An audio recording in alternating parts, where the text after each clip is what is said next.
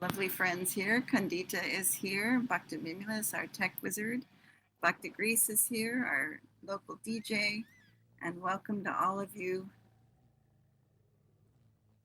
Welcome to all of you there listening to us live streaming on Facebook. So last week we took a little detour to look at the details of these secondary rasas we've been reading about.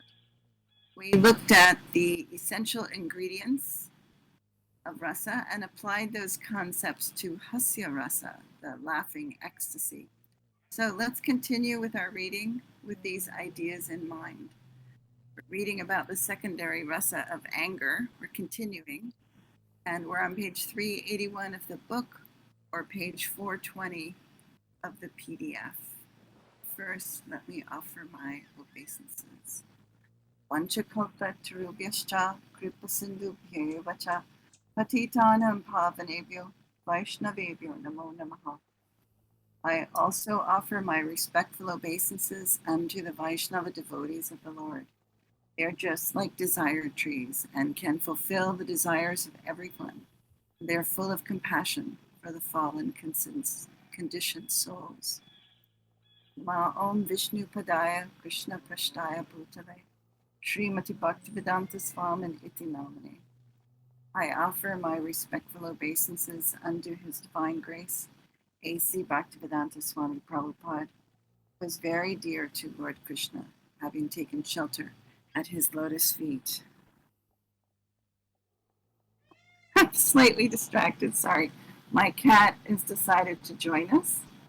You can't see that, but she's here with me. All right, so we are going to, I want to keep in mind, if you could move to that slide, Bhakti.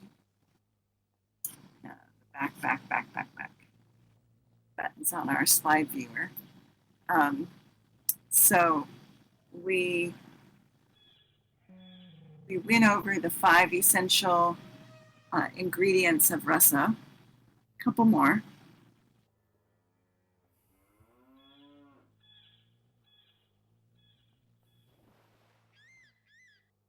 We're trying to get the slide viewer in the right place. Got Jagannath Ash to come up there. One more. That one. Okay, so these are the 5 essential ingredients of rasa. So sthayi bhava, the first one, is fervent. Prabhupada translates that as fervent ecstasy. And that's the primary rasa that we're used to hearing about. Shanta, Dasya, Sakya, Vatsalya, Madhurya. So that's the first element to consider while we're looking at these secondary rasas. And the second one to consider is vibhava. Prabhupada translates that as special symptoms or causes of ecstasy, or causes for tasting bhakti rasa. And the third one is anubhava. Prabhupada calls that subsequent ecstasy. So these are the actions which display or reveal the spiritual emotions situated within the heart. The fourth one is sattvika bhava. Prabhupada calls that constitutional or existential ecstasy, or when the heart is overwhelmed by emotions. And 5, vyabhichari bhava, aggressive ecstasy, Prabhupada calls that. And those are the internal spiritual emotions. So these are all things that are part of ecstatic symptoms of pure devotees. So if you're reading a story and you're wondering, gosh, I wonder why that's going on, this is part of what you can look at to understand why that's going on. And it's related to their sthayi bhava, their resident bhava that they, or their primary bhava that they have in relationship with Krishna. And then what's happening, what is Krishna doing, or what is our devotees doing, and their reaction to that would be the other 3, 4, and 5. All right, so we are on, as I said earlier, we are on page 381 of the book or 420 of the PDF. And we had started to read this section before we took that little side trip, so I backed up a little bit. We'll start at the first full paragraph of that page. In all these humors of ecstatic love, the feeling of anger is accepted as the steady factor. Oh, so that's the one we're looking at right now is Rudra, the one of anger. Not that all of the humors of ecstatic love have anger in them. This is the specific one, anger. When Jarasandha angrily attacked the city of Mathura, he looked at Krishna with sarcastic glances. At that time, Baladev took up his plow weapon and gazed upon Jarasandha with colored eyes. Or, as my students used to call it, the stink eye. Anyway, that's not, with colored eyes. There is a statement in the Vidagdha Madhava wherein Srimati Radharani, in an angry mood, addressed her mother, Purnamasi, after she had accused Radharani of going to Krishna. My dear mother, Radha declared, what can I say to you? Krishna is so cruel that he often attacks me on the street. And if I want to cry out very loudly, this boy with peacock feather on his head immediately covers my face so that I cannot cry. And if I want to go away from the scene because I'm afraid of him, he will immediately spread his arms to block my path. If I piteously fall down at his feet, then this enemy of the Madhu demon, in an angry mood, bites my face. Mother, just try to understand my situation and don't be unnecessarily angry with me. Instead, please tell me, how can I save myself from these terrible attacks of Krishna? End quote. Sometimes, amongst contemporary personalities, there are signs of ecstasy and anger because of love for Krishna. An example of such anger was exhibited in the quarrel between Jatila and Mukura. Jatila was the mother-in-law of Radharani. Mukura was her great-grandmother. Both of them were talking about Krishna's unnecessary harassment of Radharani when she was walking on the street. Jatila said, quote, you cruel-faced Mukura, by hearing your words, my heart feels like it is burning in a fire. End quote. And Mukura replied, quote, you sinful Jatila, by hearing your words, there is aching in my head. You cannot give any evidence that Krishna has attacked Radharani, the daughter of my granddaughter, Kirtida. End quote. Once, when Radharani was taking off the necklace given to her by Krishna, Jatila, her mother-in-law, told a friend, quote, my dear friend, just see the beautiful necklace that Krishna has presented to Radharani. She is now holding it, but still she wants to tell us that she has no connection with Krishna. This girl's activities have disgraced our whole family. End quote. Natural jealousy of Krishna by persons like Shishupal cannot be accepted as ecstatic love and anger with Krishna. So that exception there at the end about Shishupal, we'll go over that kind of conflict in the chapter on Rasabhas. So we have a little ways to go before we get to that chapter. Chapter 48, Dread and Ghastliness. Dread. In ecstatic love for Krishna and dread, there are two causes of fear, either Krishna himself or some dreadful situation for Krishna. When a devotee feels himself to be an offender at Krishna's lotus feet, that time Krishna himself becomes the objective of dreadful ecstatic love.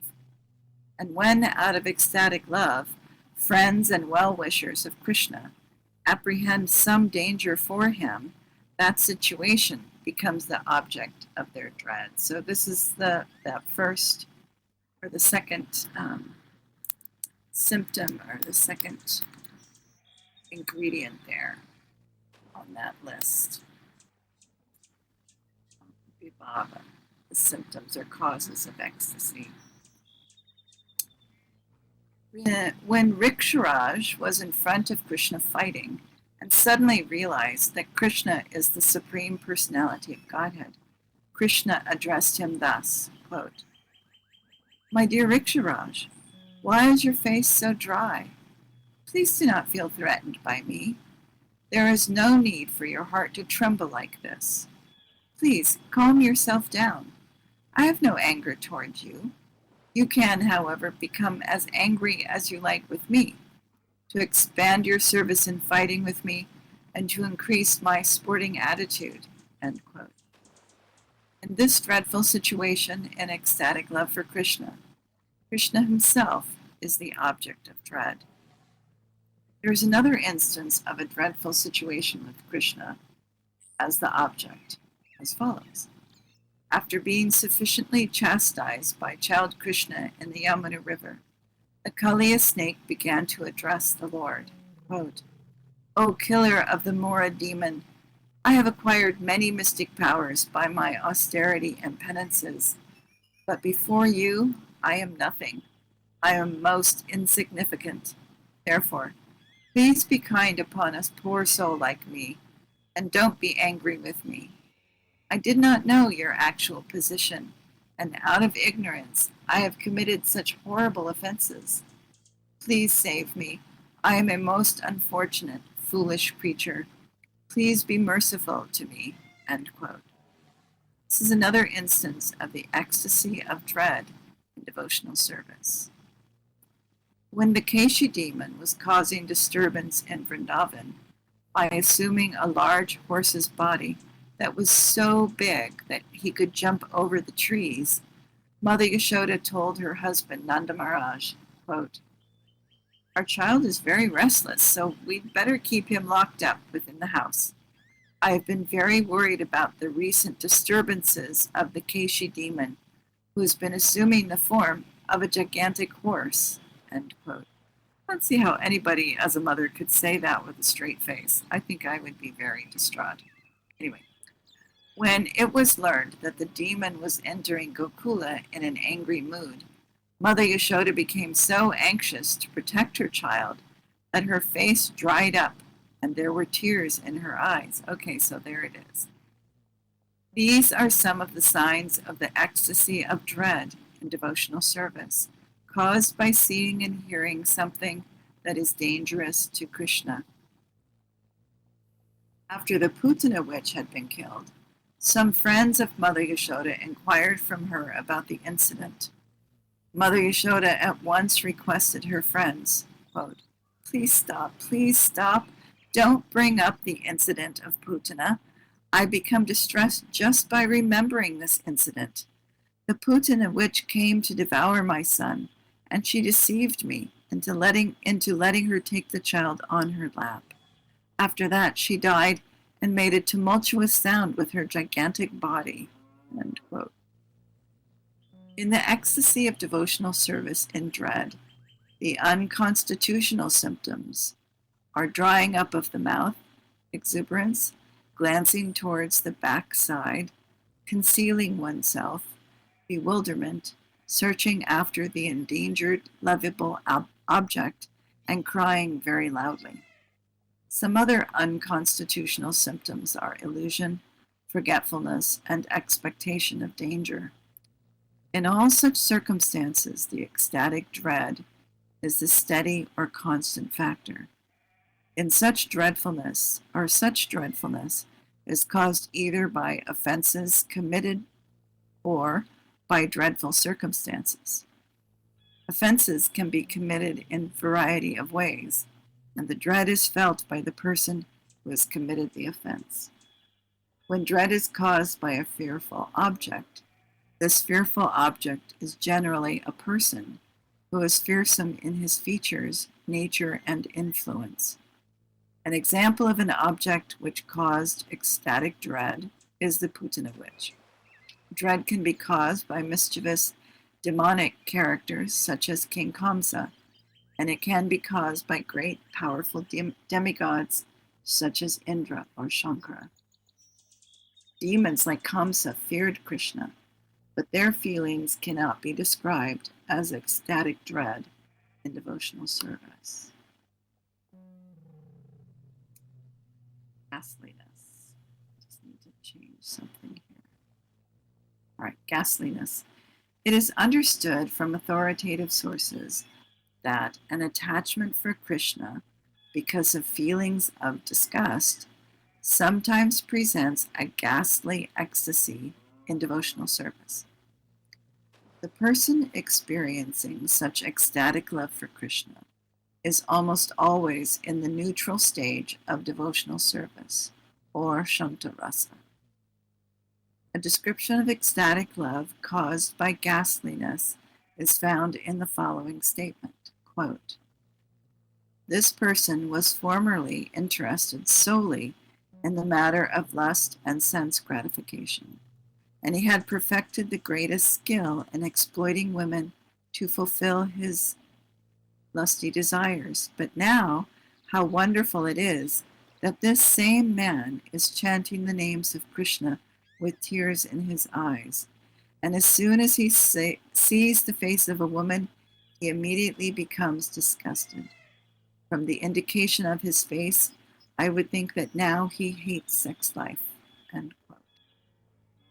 In this mellow of devotional service in ghastliness, the sub-ecstatic symptoms are spitting upon the consideration of one's past life, contorting the face, covering the nose, and washing the hands.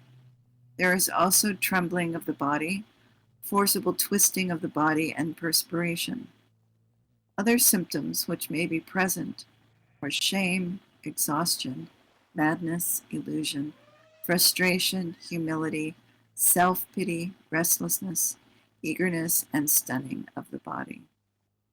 When a devotee, lamenting for his past abominable activities, shows special symptoms on his body, his feeling is called ecstasy in devotional service and ghastliness. This is caused by the awakening of his Krishna consciousness. So that we have some songs in our Vaishnava Kitaguchi, different songs where this feeling of ghastliness in looking back at their life is stated. We continue reading. In this connection, there is the following statement, quote, "How can a person take pleasure in the enjoyment of sex life in this body, which is a bag of skin and bones filled with blood, covered by skin and flesh, and which produces mucus and evil smells?" This perception is possible only for one who is awakened to Krishna consciousness and who has become fully cognizant of the abominable nature of this material body. He does a comment. I don't understand how this ghastliness is an expression of love for Krishna. It just sounds like ordinary rejection of the material world, only renunciation.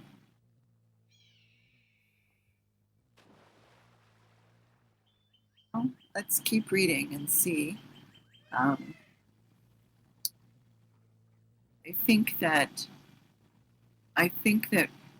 oftentimes we see regarding renunciation. So oftentimes we see people renouncing things falsely and spitting, and it's just a show. They're not really sorry. They're not pure devotees. These are symptoms of, yes, just bogatyak, yes, like a charlatan, yes, Greece. So these are symptoms of a pure devotee who's looking back at their life and just kind of shaking their heads like, oh my God, I can't believe I did that. And these are not regular folks who are not pure devotees. So does that explain anything or make it more clear?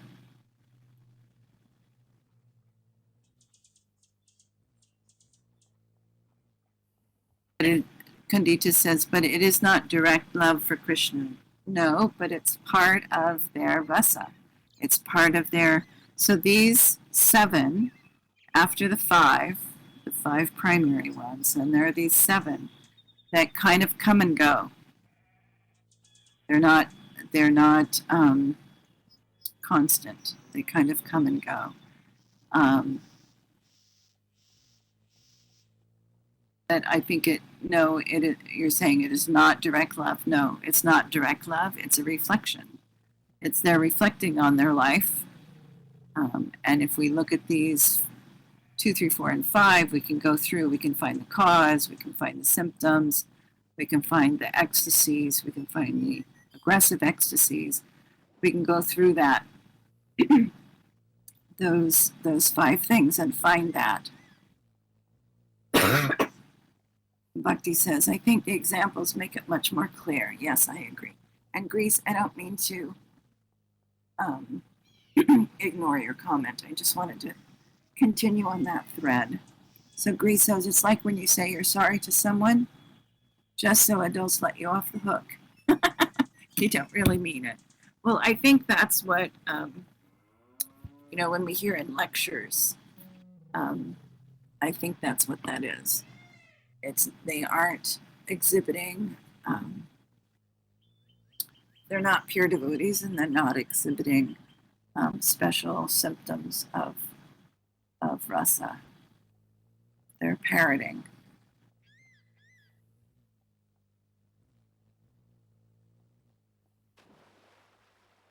Right.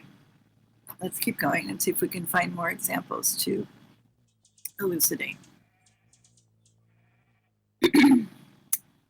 In this connection, there is the following statement, quote, how can a person take pleasure in the enjoyment of sex life in this body, which is a bag of skin and bones, filled with blood, covered by skin and flesh, and which produces mucus and evil smells, end quote. This perception is possible, I read this already, sorry. This perception is possible only for one who is awakened to Krishna consciousness and who has become fully cognizant of the abominable nature of this material body. A fortunate child in the womb of his mother prayed to Krishna as follows, quote, O enemy of Kamsa, I am suffering so much because of this material body. Now I am trapped within a mess of blood, urine, liquid stool within the womb of my mother. Because I am living in such a condition, I am suffering great pangs. Therefore, O divine ocean of mercy, please be kind to me. I have no capacity to be engaged in your loving devotional service, but please save me, end quote. There is a similar statement by a person fallen in the hellish conditions of life. He addressed the Supreme Lord thus, quote, my dear Lord, Yamaraj has placed me in a situation which is full of filthy and obnoxious smells. There are so many insects and worms, surrounded by the stools left by different kinds of diseased persons. And after visualizing this horrible scene, my eyes have become sore, and I am becoming nearly blind. I therefore pray, O my Lord, O deliverer from the hellish conditions of life, I have fallen into this hell, but I shall try to remember your holy name always, and in this way I shall try to keep my body and soul together, end quote. This is another instance of ecstatic love for Krishna in an abominable situation. It is to be understood that any person who is constantly engaged in chanting the holy names of the Lord, Hare Krishna, Krishna Krishna, Hare Hare, Hare Rama, Rama Rama, Hare Hare, has attained a transcendental affection for Krishna, and as such, in any condition of life, he remains satisfied simply by remembering the Lord's name in full affection and ecstatic love. In conclusion, it may be stated that the ecstatic love for Krishna in ghastliness appears during the development of dormant neutrality into developed affection.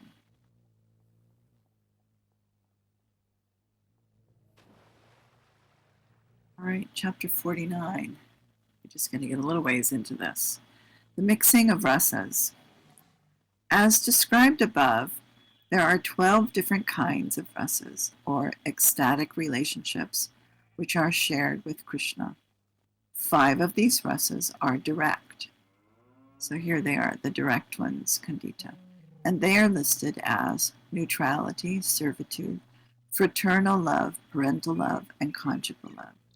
And 7 of the rasas, which are the secondary ones that we've been reading more recently about, are indirect, and they are listed as humor, astonishment, chivalry, compassion, anger, dread, and ghastliness. The 5 direct rasas, those are the sthāyi bhava on our list on the slideshow, are eternally manifested in the Vaikuntha world, the spiritual kingdom, whereas the 7 indirect rasas are eternally manifesting and unmanifesting in Gokula Vrindavan, where Krishna displays his transcendental pastimes in the material world. Very often, in addition to one's regular rasa, there is found the presence of some other rasa, and the mixture of these loving humors is sometimes compatible or palatable, and sometimes incompatible or unpalatable. The following is a scientific analysis of the compatibility and incompatibility of the mixtures of these various rasas or loving moods. Dita says in chat, oh. All right, so this next little section, if you can just, I'll read it slowly so that you can think about what's going on. I lost my place. Oh, Krishna. Here it is. All right. So when in the rasa of neutral love, Shanta rasa, there are found traces of dread or astonishment, that result is compatible. When with this neutral love there are manifestations of conjugal love, chivalry, anger, or dread, the result is incompatible.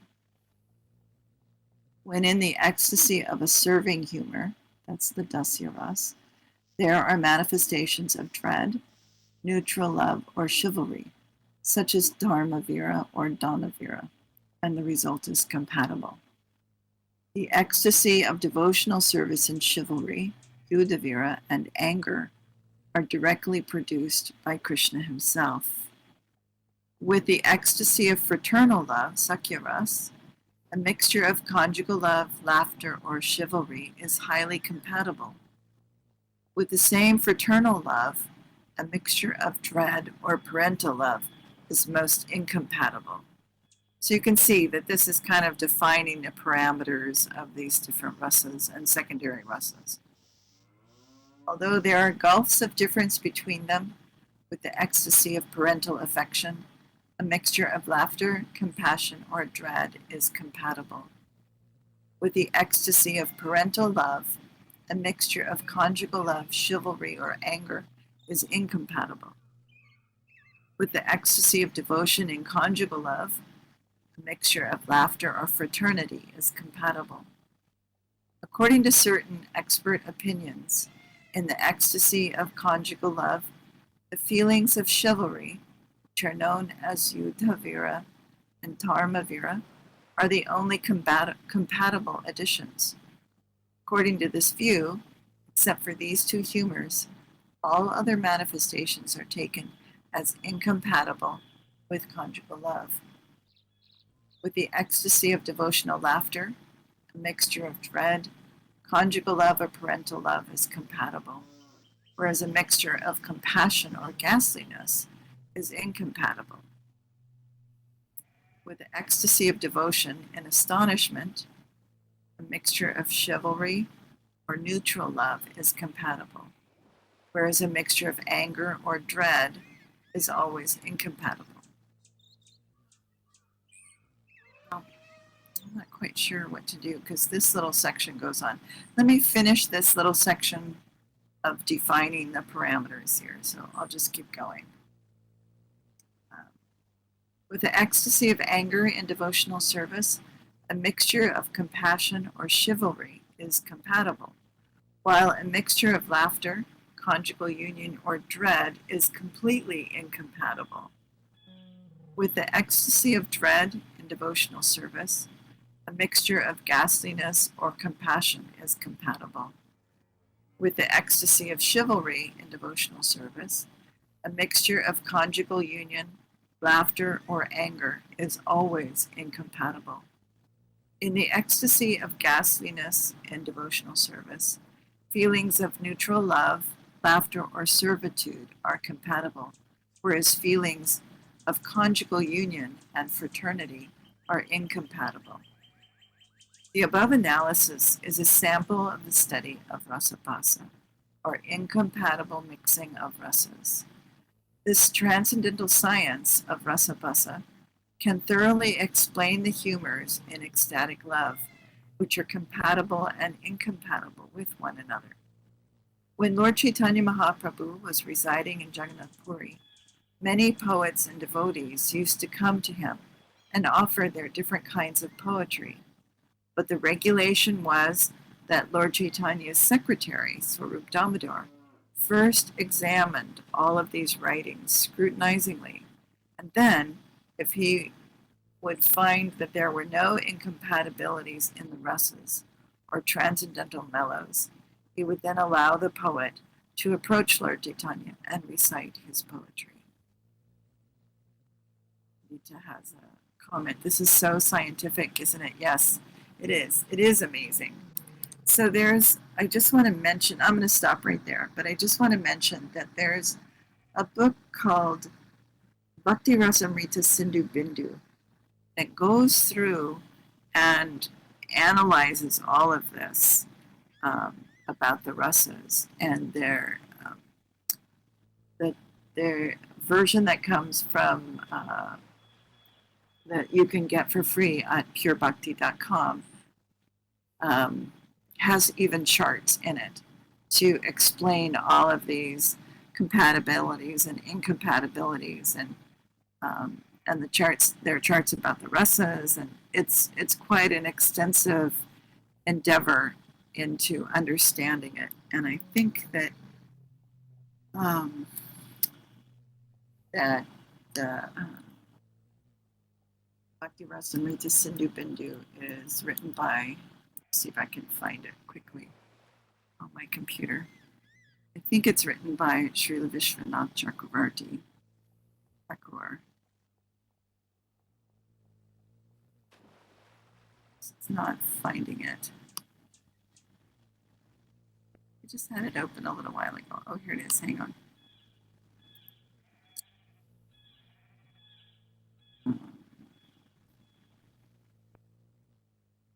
Yes, Vishwanath Chakravarti Thakur. So he's gone through and analyzed all of this, and it's really quite extensive, but it's short. It's not a long tome. It's a short one. Anyway, questions, comments? Anybody want to add to this? I just want to say thank you for reading for us tonight, Dasi. You're welcome. Thank you for being here. I've really enjoyed reading the translation of Bhakti Rasamrita Sindhu alongside Srila Prabhupada's study of Bhakti Rasamrita Sindhu here in Nectar of Devotion.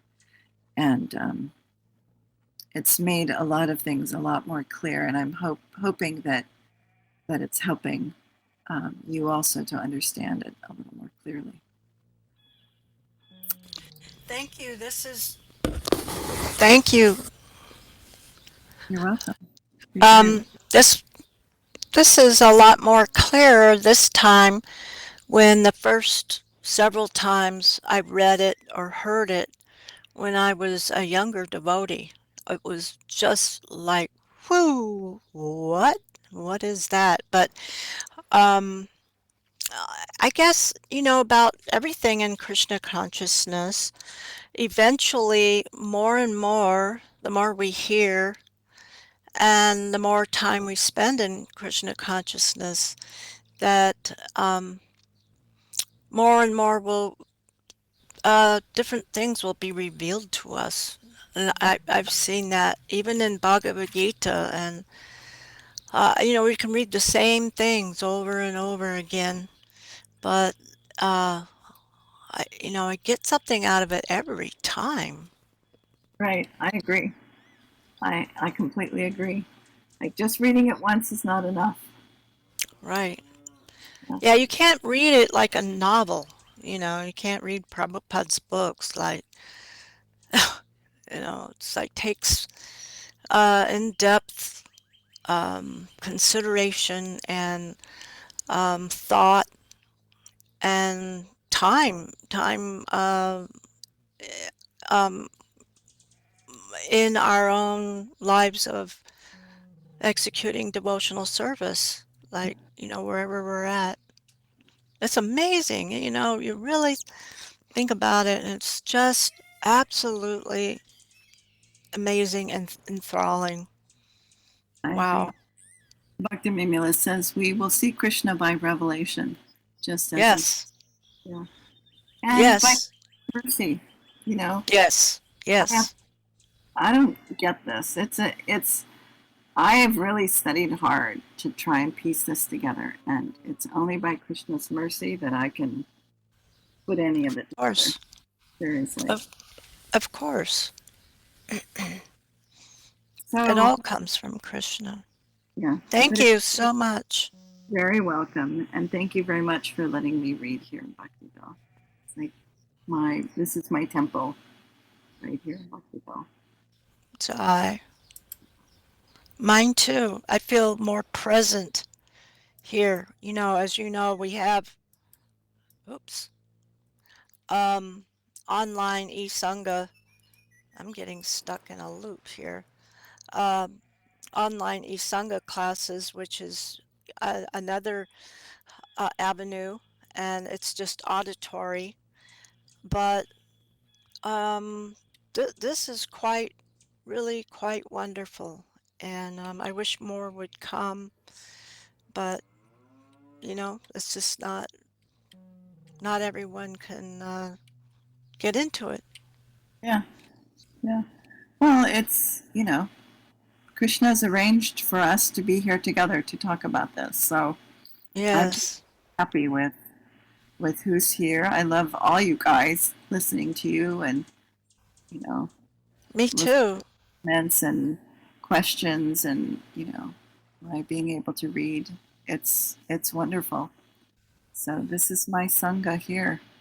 Yes, how wonderful. It is wonderful. And all glories to Srila Prabhupada. Jai Hare Bol Hare Krishna. Bhakti says, we have definitely learned stuff here. Yes, we have.